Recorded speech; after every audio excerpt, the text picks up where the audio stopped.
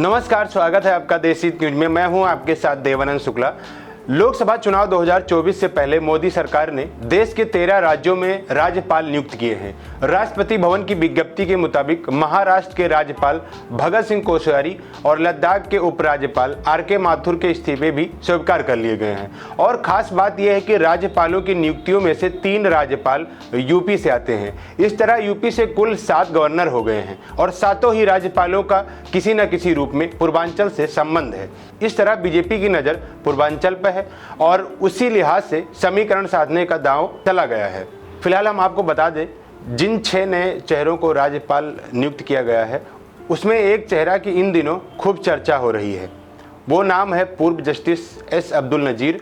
और जस्टिस नज़ीर इसलिए चर्चाओं में हैं क्योंकि इन्होंने राम जन्मभूमि बाबरी मस्जिद विवाद मामले में 2019 में ऐतिहासिक फैसला सुनाने वाली उच्चतम न्यायालय के 5 न्यायाधीशों की पीठ का हिस्सा रहे थे।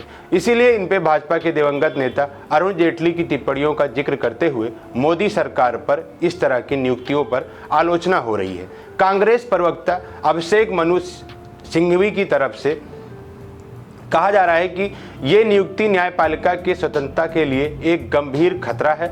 आगे उन्होंने कहा कि भाजपा के कद्दावर दिवंगत नेता अरुण जेटली ने 5 सितंबर 2013 को संसद में और कई बार इसके बाहर भी कहा था कि सेवानिवृत्ति के बाद पद पाने की आकांक्षा से सेवानिवृत्ति से पूर्व के फैसलों को प्रभावित करती है। ये न्यायपालिका की स्वतंत्रता के लिए खतरा है। उन्होंने जेटली की टिप्पणी का संदर्भ देते हुए कहा, हम व्यक्तियों या निजी व्यक्तियों के बारे में बात नहीं कर रहे हैं। व्यक्तिगत रूप से मैं इस व्यक्ति का काफ़ी सम्मान करता हूं, ये उनके बारे में कहीं से नहीं है। सिद्धांत के तौर पर हम इसका विरोध कर रहे हैं। सिद्धांत के तौर पर हमारा मानना है कि ये न्यायपालिका की स्वतंत्रता को एक गंभीर खतरा है। सिंघवी ने कहा कि इसीलिए हम इसकी निंदा करते हैं, हम इसका विरोध करते हैं और हम इससे सहमत नहीं हैं। दूसरी ओर मार्क्सवादी कम्युनिस्ट पार्टी के नेता एवं राज्यसभा सदस्य ए रहीम ने नज़ीर को राज्यपाल के तौर पर नियुक्ति करने के केंद्र के फैसले की आलोचना करते हुए कहा कि यह भारतीय लोकतंत्र के लिए एक धब्बा है।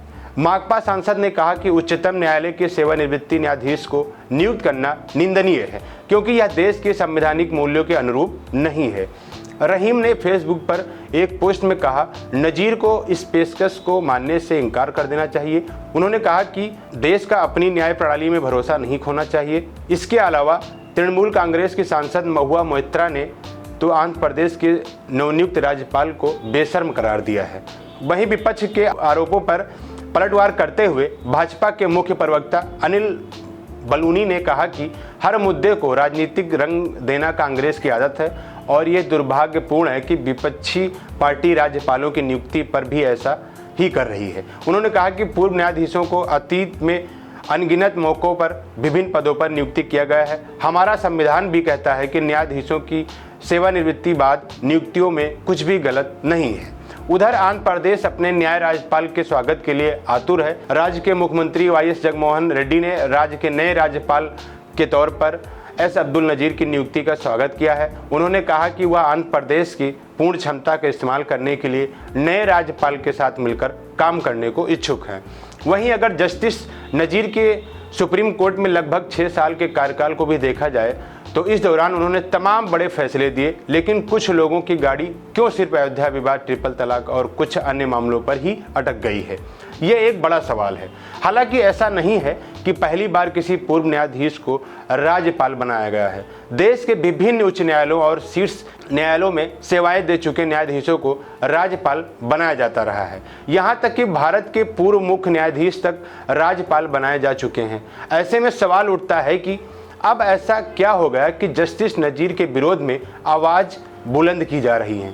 न्यायाधीश पद पर रहते हुए कोई भी व्यक्ति तमाम मुकदमों पर फैसले सुनाता है। हर फैसला किसी एक पक्ष में और दूसरे के विपक्ष में होता ही है।